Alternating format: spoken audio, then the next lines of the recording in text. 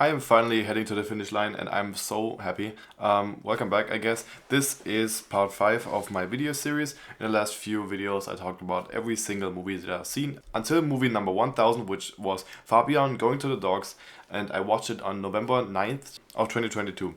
And now I'm going to talk about the 50 worst or my 50 least favorite movies out of this whole list, which was a lot. It's very difficult to rank bad movies because, saying one movie is worse or less enjoyable than the other is pretty difficult to say, but I think I got a pretty okay list. First, I want to give out some honorable mentions just because they couldn't really fit on this list. 50 movies is a lot, but still they kind of have to be mentioned in some way. First of all is Mother, the Darren Aronofsky movie. That is one of the most insufferable movies to watch, but not in a bad way, actually. This movie actually tries to make you feel very miserable, and it does a very good job at that. This is the only movie, and I really mean this, in my whole life I think I've only really stopped watching 3 movies. One of them is on this list, the other one is not. And yeah, this is one that I had to stop because it's just so insufferable to watch that I had to pause it, but I was always still invested. I was interested in where this was going. I did really want to see what would happen at the end. So this wasn't an objectively bad movie, but it just is unbearably good at doing what it tries to do.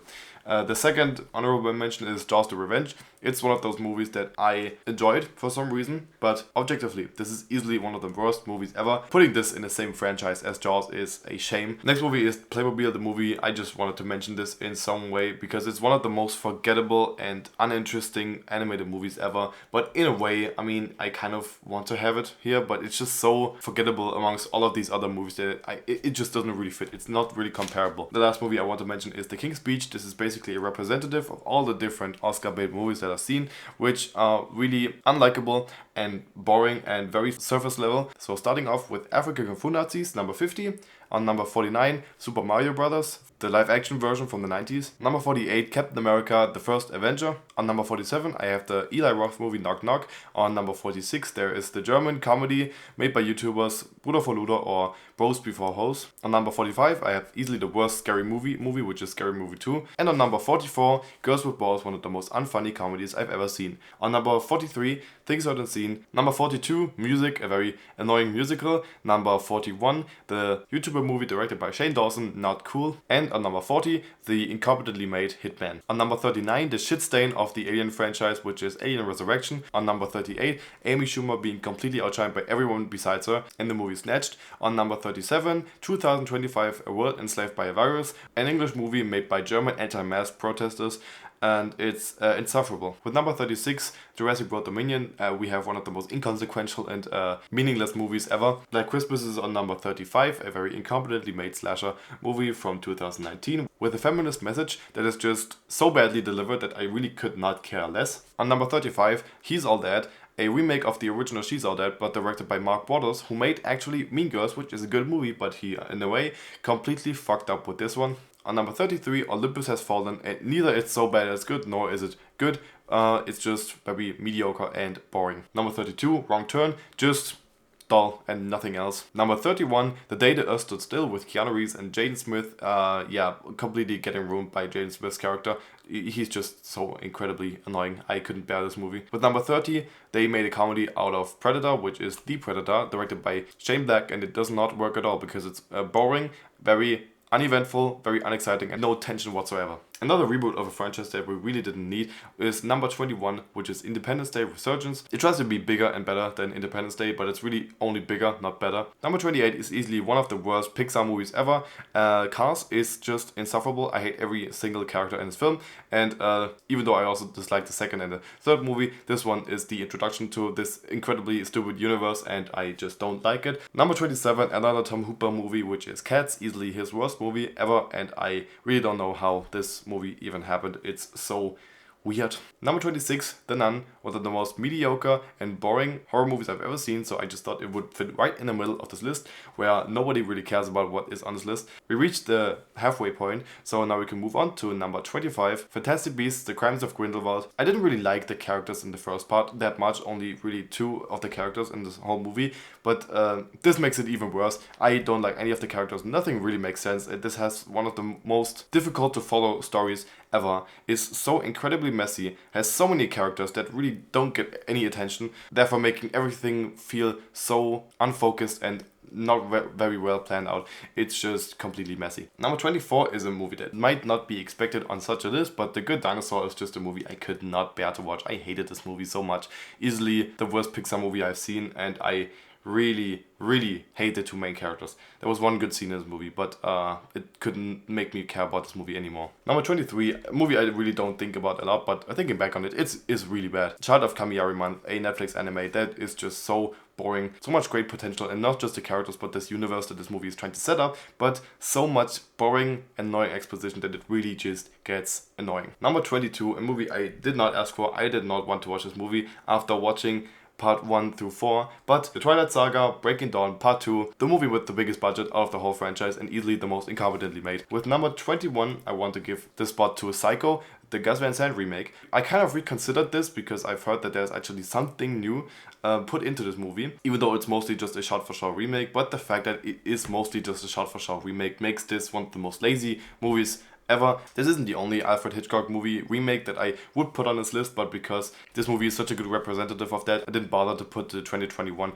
Netflix remake of Rebecca on this list, so it's basically those two tied on number 21. Moving into number 20, Slender Man is not just as bad as The Nun, but it's also just so much more pointless because it's very late. I don't think anyone actually played the Slender Man games anymore at this point, but then they made a movie about it and it's not good at all. Number 19, easily the worst movie that Ghibli has ever put out, and I really thought they couldn't top Pompoko in any way, but no.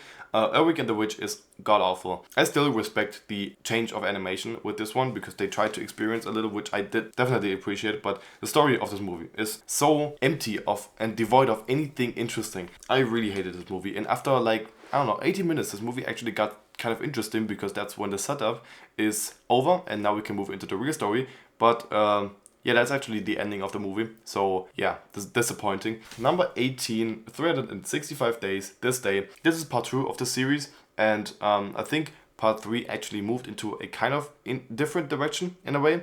It still was bad, but it was something. And part 1 is actually so hilarious and so bad that it's still fun. But this one kind of doesn't really get it. The first half is porn and the last half is one of the most boring romance stories that I've ever seen, so I'm going to move on. We have another franchise that was rebooted that we really didn't need because it's one of the most lazy movies I've ever seen, and that is Men in Black International. I did not care about anything in the story and I really don't want to think about this movie anymore, so moving on. Number 16, Tall Girl 2. One of those coming of age Netflix movies that is just not necessary at all. Like, the first movie wasn't well received, nobody really liked it, everybody just made fun of it, but they still made a number 2 and they managed to make the main character of the story the most unlikable person in the whole movie. Number 15, we are almost done with this list. Texas Chainsaw 3D. Horror movies have this kind of cliche that they have some of the most badly written characters ever, but this really is the crown jewel of that. I can't explain how stupid and annoying and bad these characters are. So moving on, number 14, another case of very bad characters, but not in the way like Texas Chainsaw Massacre that they are just so stupid, but this movie actually has so little to offer about anything that it's really one of the most bland things I've ever seen, and that is Prom Night, the remake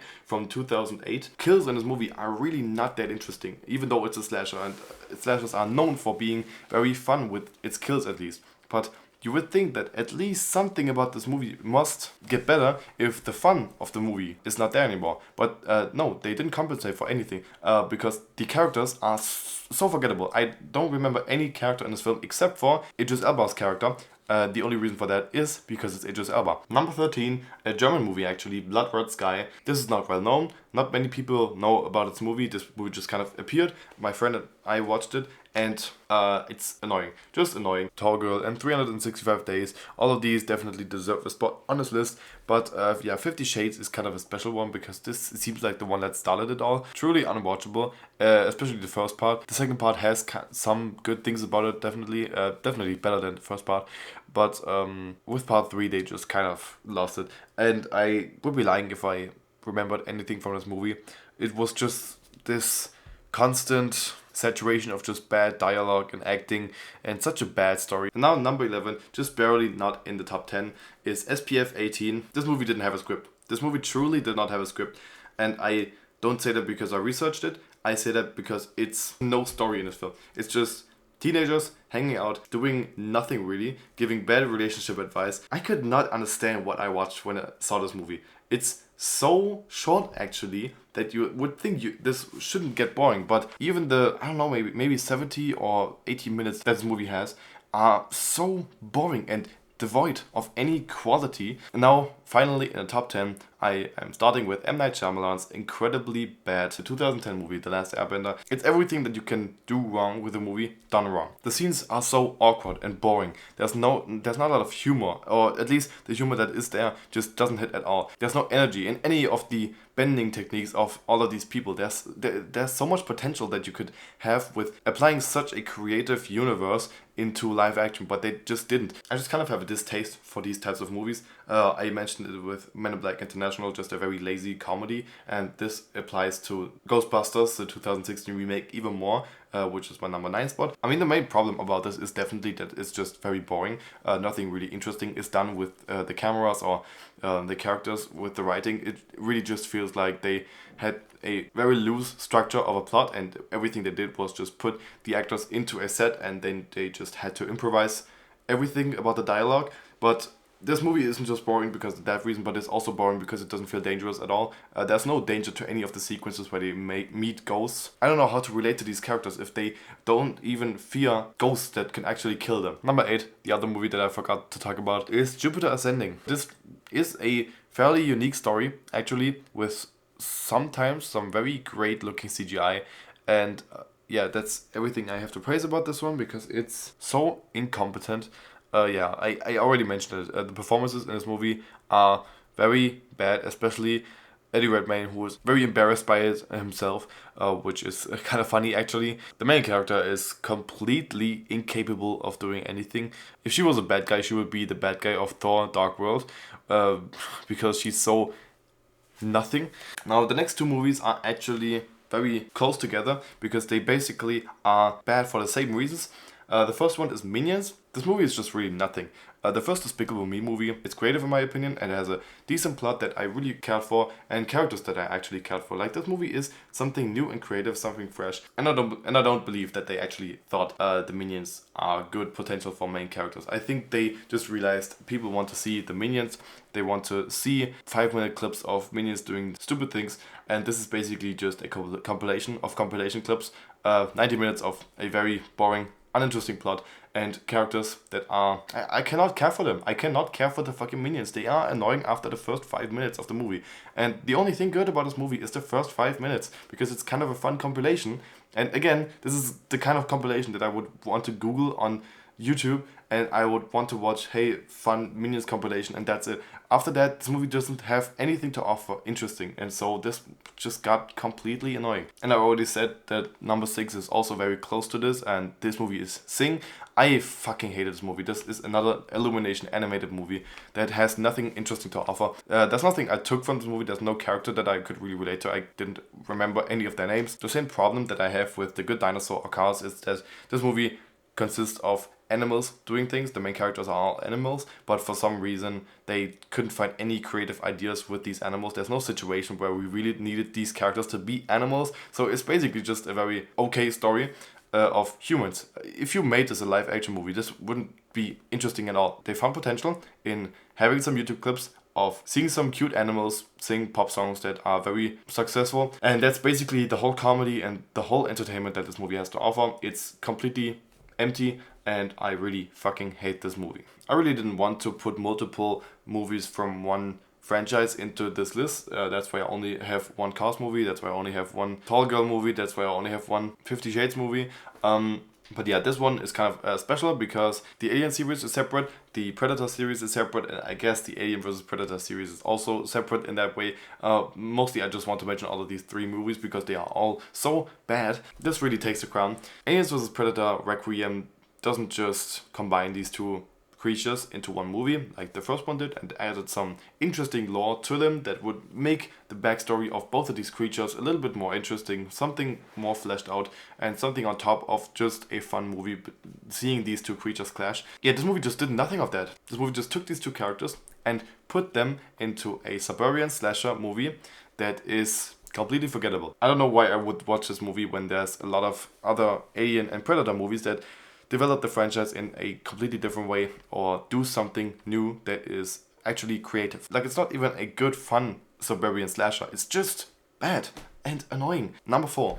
I fucking hate this movie so much. The Kangaroo Chronicles is a German movie. It actually got a sequel that I watched, not on this list, but in a way it kind of was a way to remind myself of how much I disliked the first Kangaroo Chronicles movie. Because I've seen this movie once and I thought it was so painfully unfunny and annoying that I kind of couldn't imagine if it was actually that bad. If I just remembered maybe worse than it actually is. But then I watched part 2. Nothing changed. Nothing really changed. It was just as bad, just as annoying. And the main reason is really the fucking kangaroo in this movie. It's kind of like an album that has a lot of songs that have something interesting about them, but every single song has a middle section where someone is shitting in the toilet, and that's just louder than anything in the song. So you don't want to listen to all of these songs because all of them are ruined, even though they have something good about them. And this is basically this movie. This has some good scenes, but basically everything is ruined by this fucking kangaroo. Yeah, number 3. I wasn't sure if I should put Tall Girl or any of the 50 Shades movies so high on this list. I would imagine that some of these movies would land very high. But there was one franchise that I can compare with any other franchise in being so annoying and bad that they all deserve a spot on this list. And that's the Kissing Booth franchise. Kissing Booth 3, to be specific, is on my number 3 spot. Look, I can take a bad movie any day. Kissing Booth Part 1 obviously is not good. And it really started out like no movie has ever started out. I could not prepare myself for how annoying this movie was already. In Part 2 they had some okay scenes, but because the movie was more than 2 hours long, it was really not bearable to watch. And after these 2 movies, I was really not sure what I could expect. Why they actually made a third part. Like, I don't know anyone who likes these movies. It manages to top the first and the second movie in how bad and annoying it is. So overly happy, so filled with annoying, boring romance drama that is, like, it's so pointless. Everything is so pointless. Why am I watching this? Why are these actors so bad? Why is this movie so cringe to watch? Why is it so overly happy? I just want to move on to number 2, because number 2 is even more annoying. I'm not sure what to think of the people who made this movie, because I'm not sure what they exactly wanted with this. The Bubble is a 2022 Netflix movie. I'm not quite sure with the intentions of this movie. It's directed by Judd Apatow. He made some good comedies that I really liked. He made The King of Staten Island, which was amazing. One of my favorite movies probably. He made The 40-Year-Old Virgin. But this movie is just devoid of. I said this a lot of times on this list already, but with this one I truly mean it. Like, there's no scene that is good or enjoyable. I started this movie and it started out already with the type of humor that I explained with Ghostbusters, just having 2 characters be in a room and they just talk, and there's nothing funny about their improvisation, there's nothing funny about the dialogue, so it's really just seeing 2 people talk, really nothing happens. But this was just a preparation for how boring and bad this movie is going to be. It's just 2 hours long, but it feels like 3 or maybe 4, I don't know. But I feel like they were just trying to make one of the most pointless movies ever and put it out as an April Fool's joke, because this was, I think, released on April Fool's, and in a way they really just tried to piss people off with this one. And I don't want to say that I appreciate them doing this, because that doesn't make the movie any better. And the number 1 spot, I mean, I could not really imagine what could be the number 1 spot for such a list, because 1,000 movies, picking one movie to be the worst one is pretty difficult. And that movie is the SpongeBob movie, Sponge on a Run, the SpongeBob SquarePants show. This is a fun show. It's very lighthearted, has some very funny humor, some of the funniest humor I've ever seen. One of my favorite TV shows ever. They made a movie, and this movie was incredibly hilarious. There was a second movie that started out in the same way, but they tried to make something more cinematic in a way. They kind of failed because it didn't feel like SpongeBob anymore. With this one, I don't think they even tried. I don't think they tried to make a SpongeBob movie. I think they tried to make a cash grab. I sound like a very disappointed fan who just is really sad that everything is ruined now, and I really don't like SpongeBob anymore because of this movie. No, I still love SpongeBob, but this doesn't feel like SpongeBob at all. None of the characters feel like SpongeBob character. There's Probably my least favorite scene in this movie is where they all stand on a stage, and for some reason they spend like 5 minutes just explaining why they love SpongeBob so much. Why? This doesn't feel like any of these characters. It sounds so simple, but this just got everything wrong. This got everything wrong about the characters that we got to love over the course of this show and over the course of the first movie and maybe also the second. This just got it wrong. This didn't understand it. They kind of didn't really know how to fill 90 minutes with this movie. So what did they do? They just had some cameos in it. They had Snoop Dogg sing a song, and Danny Trejo is, I think, in this movie. The only thing that really works about this film is Keanu Reeves, because he has the same vibe in a way as David Hasselhoff in the first movie. But everything else in this film is just... It doesn't feel like a... It's not a good movie in the first place, but this being a SpongeBob movie is even more disappointing. Thank you for watching. This was painful, definitely. I guess see you in the next video, where it's gonna be all the best movies on this list. Probably it's gonna be a top 100 list, because I just want to fit all of these movies in. So I guess be prepared for that. Thank you for watching, and don't watch these movies.